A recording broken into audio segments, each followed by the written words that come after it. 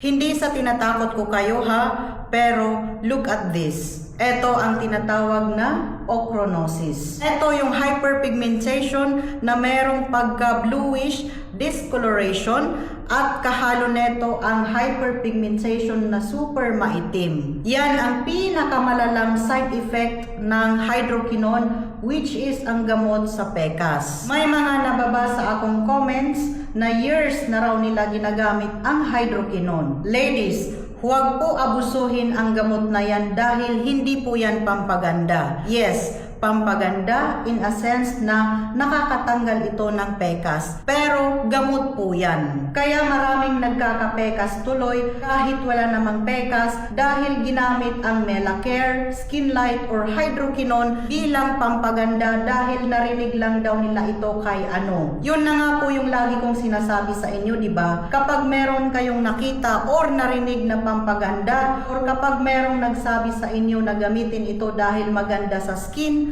mag-research po muna. Tandaan din po natin na kahit na anong sobra ay masama. Ang sobrang pag-inom ng tubig, sobrang pagkain ay nakakasama din. Diba? Pati yung biogesic, yung gamot sa sakit sa ulo. Anong kapalit kapag sobra ang pag-inom nito? Diba? Kidney failure. At by the way, padami ng padami at pabata ng pabata ang nagkakaroon ng kidney failure at nagdadialysis. Sad to say talaga. So, ganun din po ang gamot sa pekas. Please, huwag po itong abusuhin dahil mahirap. At baka hindi na mawala pa ang ochronosis kapag nagkaroon kayo neto.